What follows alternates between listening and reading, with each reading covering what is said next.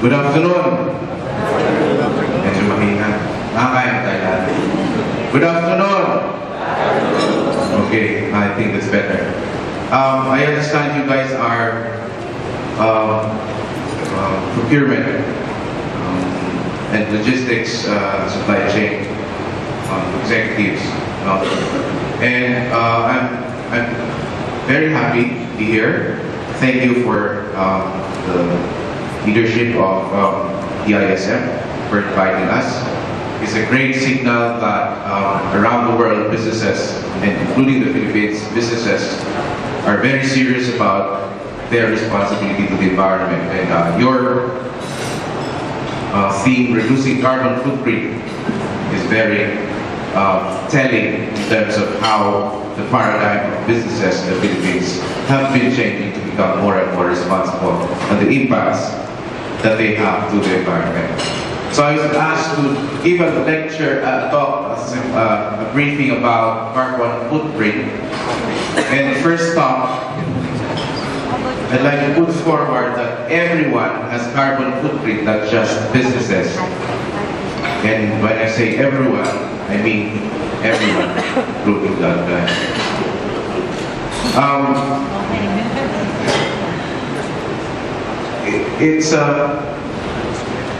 It's so difficult to explain sometimes carbon footprint because these are things that you cannot see, and this can sometimes become very scientific, such that the discussion can become very boring, and sometimes we lose the appreciation of what it really means and why these things are very, very important.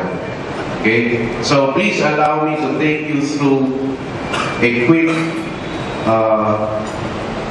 journey of how important carbon footprint is all about. And carbon footprint is a measure of as a decision making, especially for people like you who are into logistics and procurement. Okay, so but before that, may I kindly introduce myself and my organization. We are an industry association established more than 20 years ago to assist businesses to become more sustainable and inclusive. And there's several companies, large corporations, many of them has huge impacts to the environment that we've been very hard at working in partnership with them to be able to reduce the environmental impact and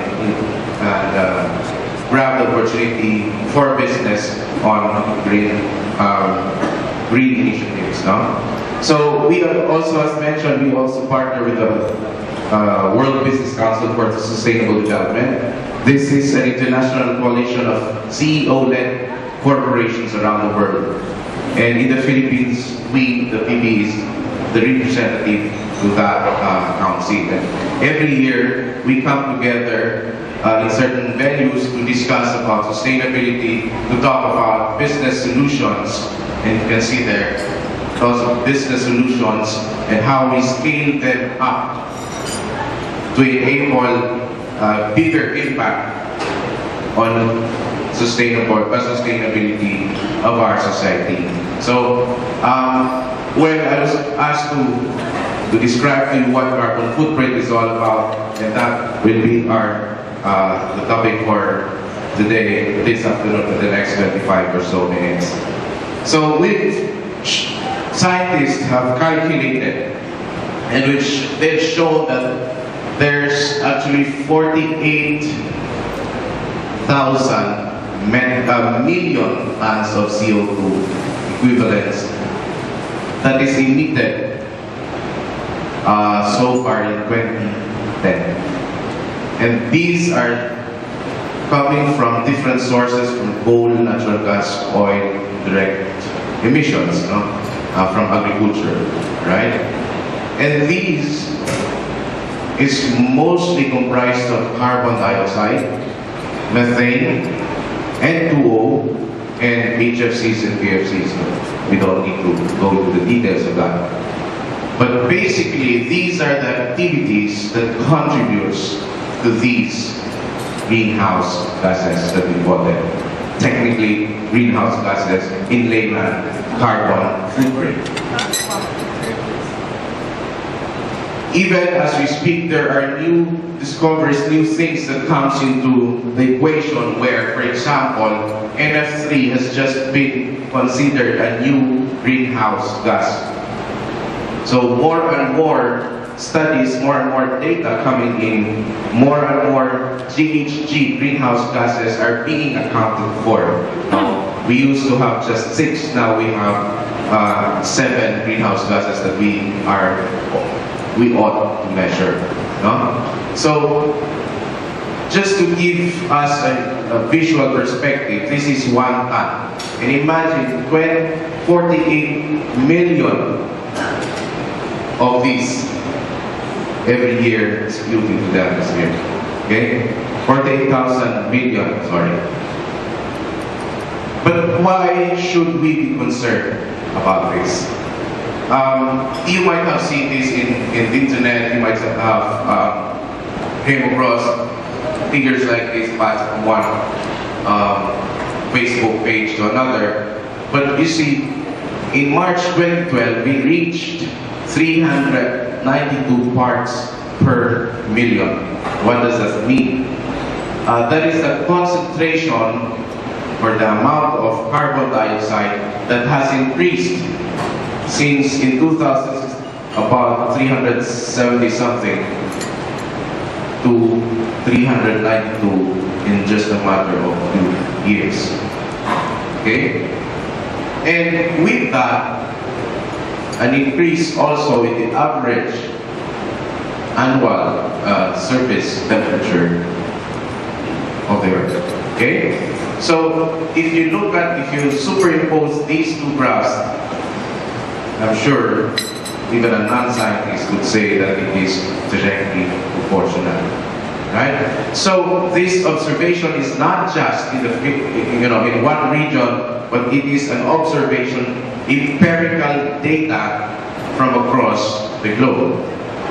And these are this is a sum of the work of thousands of scientists working together on climate science.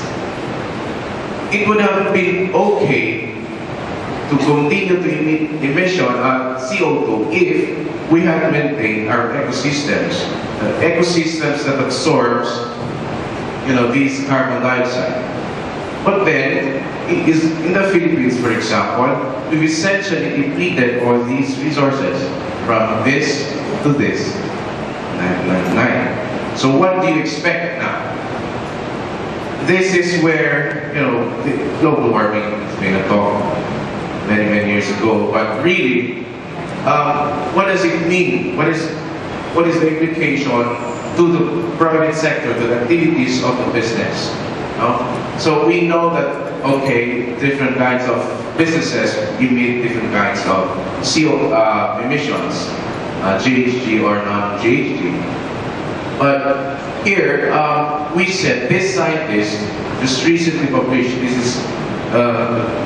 he spoke in one of the TED Talks, and he was talking about the resilience of the Earth such that parang yung nagagalit yung tao na tahimik.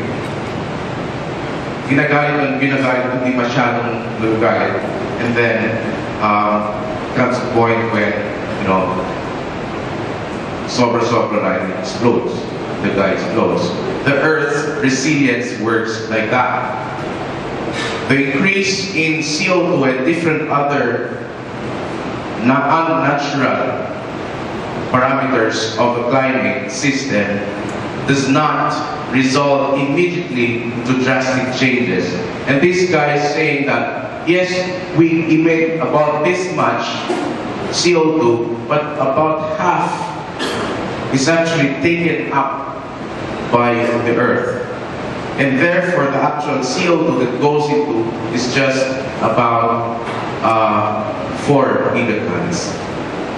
And this resilience allows us to still do business without so much disruption in the climate system, although we know that we've been disrupted in many, many occasions. But the news that this guy has been telling around the world, people around the world, is that this is about to reach a point where it becomes irreversible and the impacts will be very, very drastic.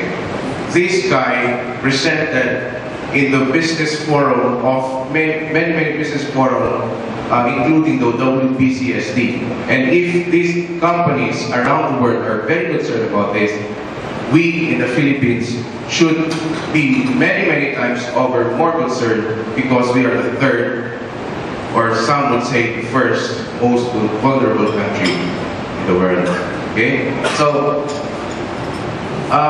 well, just to have a quick understanding how these things link with each other. As global temperature increases, the temperature, especially in the Pacific out there, increase in higher significance than others. And guess what, where we are? Somewhere here. Okay? So when there's a typhoon coming there with warm air, warmer temperature, science tells us that there will be more evaporation and there will be more water that goes into the clouds, and there will be more water that is carried by these typhoons and even Habagat. And then what happens is that this water from this is dumped into us. And that is the result. Okay? So, well, we say, it doesn't happen every so often. And why should we care? So, if you summarize the continuum from our emissions results to global warming with heavy typhoons and deforestation that it caused, we essentially cause flooding for us, and which actually also drowns us. So this equates looking at the impacts of our business on the causes of climate change, but at the same time also anticipating the impacts that has already been there. Okay? So, okay, even if you don't care, really, I'm just a small business, what do I care about these things? These are things that the big companies, the big countries should be looking into, big countries should be having as a problem. But there are still benefits for you if you would go for carbon footprint and carbon reduction. Okay? So let me get a stock take of what you think about the collective weights of humans, termites, and ants. Which do you think has the highest weights, collective weights, globally? Ants, humans, termites, or ants? Who says humans? Who says termites? Who says ants? Nobody really. The rest? Balimbing. When people tinker with data and these very small things, they reveal sometimes data or information that may not be that obvious. And we say, well, we are really contributing very small amount of emission. And that, but if we really look at and account for these amounts of emission, it could add up to a very significant sum. So this is the reason why there is a methodology of calculation of GHG, and therefore it will lead us to be able to compute really how much we can potentially reduce in terms of targets. And that gives some sort of light on what this guy is telling us, that you can only manage what you can measure. I'd like to give that thought, that this perspective a little bit more theory and a little bit more practical example. This is a presentation that a colleague in the WBCSD has presented to everyone. Philips, you see them around. Their products, their services. So what they saw in their carbon footprint is that a huge percentage is actually from manufacturing. Another biggest is from logistics, and this is where you guys have a biggest and most relevant impact. Okay? What they saw was, the business travels, the non-industrial operations are very, very small. So they began significantly reduce their carbon footprint on the manufacturing. But what they also saw, that after being able to do efficiency improvements in the manufacturing, there is still GHG emissions, which occupies a huge chunk in their carbon footprint from the logistics. And because they measured and they used this measurement, carbon footprint, as a tool for decision making, Philips, global headquarters of Philips, issued a sweeping instruction to all the companies around the world to shift from airlines to shipping by sea. What they saw and realized was that they actually saved 48, airlines give off 48 more CO2 emissions than this, and it's up to 10 times more expensive in their experience. So, carbon footprint is not just something that you do because I love the environment, but this is a tool that businesses can use in looking at where they can improve in terms of efficiencies, which translates to cost savings, right? And if you notice, from 2008 to 2010, there has not been significant reductions, or 2011, in terms of logistics carbon footprint. But because they've done such an initiative, there has been a significant decrease from 2010 to 2012 in terms of carbon footprint. And of course, this goes without saying that this translates to an equivalent cost savings. Sustainability, therefore, is not about being green or being perceived as responsible companies. Sustainability is about operational efficiency. It's about using scarce resources very well so that you have less waste and you maximize the value of the input that you've paid for, actually. And the bottom line is financial performance. Okay? So, and in fact, airlines are also responding accordingly. They said they should now look into emission standards because they know that their businesses are also getting affected because businesses around the world shift in terms of preference in their logistics needs. And if you see, airlines have set for themselves targets that they need to reduce by some percentage in their GHG emission by 2050 or so.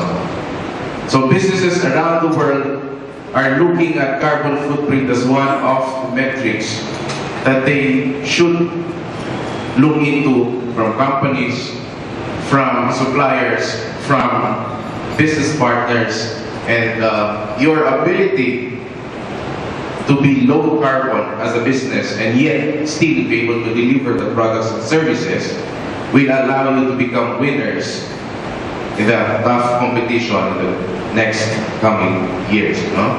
So FedEx, for example, has announced that their aircraft CO2 intensity has dropped by 4%.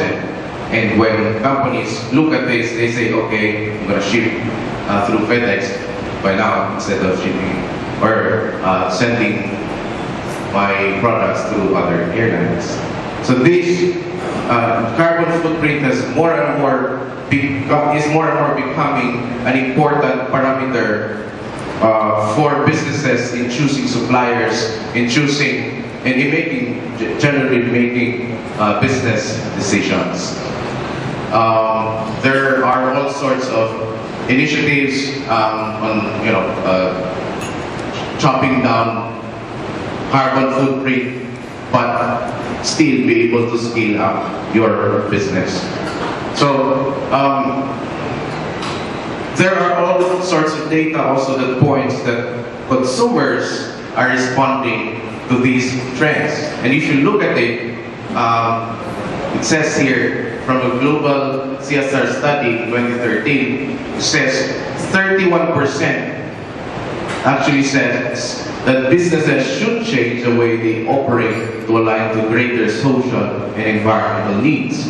And 29% says businesses should not only support but advocate for change in larger social and environmental issues.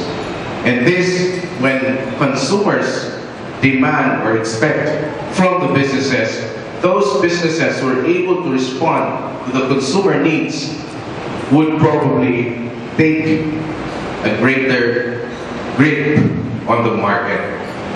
So even Google, we looked at Google, we could look at Google Trends.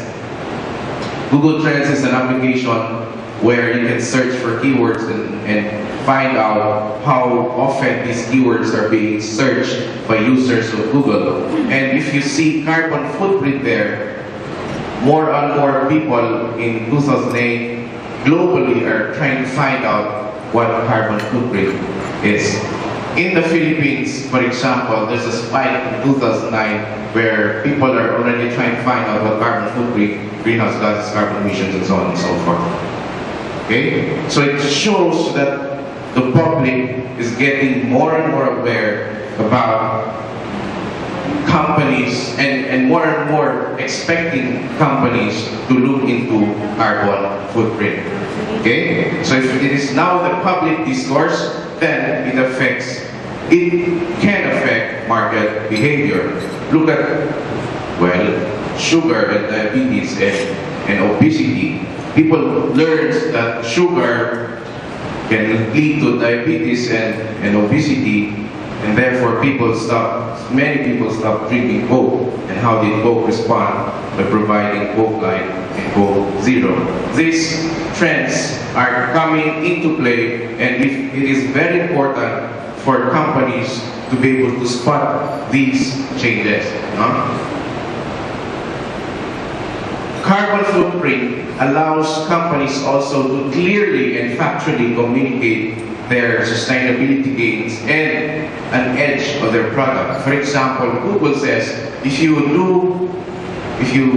use our features, we are so efficient such that even if you do 100 searches, it's just equivalent consumption or GHG with ironing one shirt. And they might say, even if you use our Google, it's just 3 weeks of using Google is just about one set of laundry in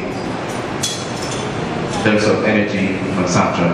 More and more, the language in the business community, including consumers, are being blended with concepts on efficiency, carbon footprint, and energy savings, and so on. Okay? In the Philippines, assist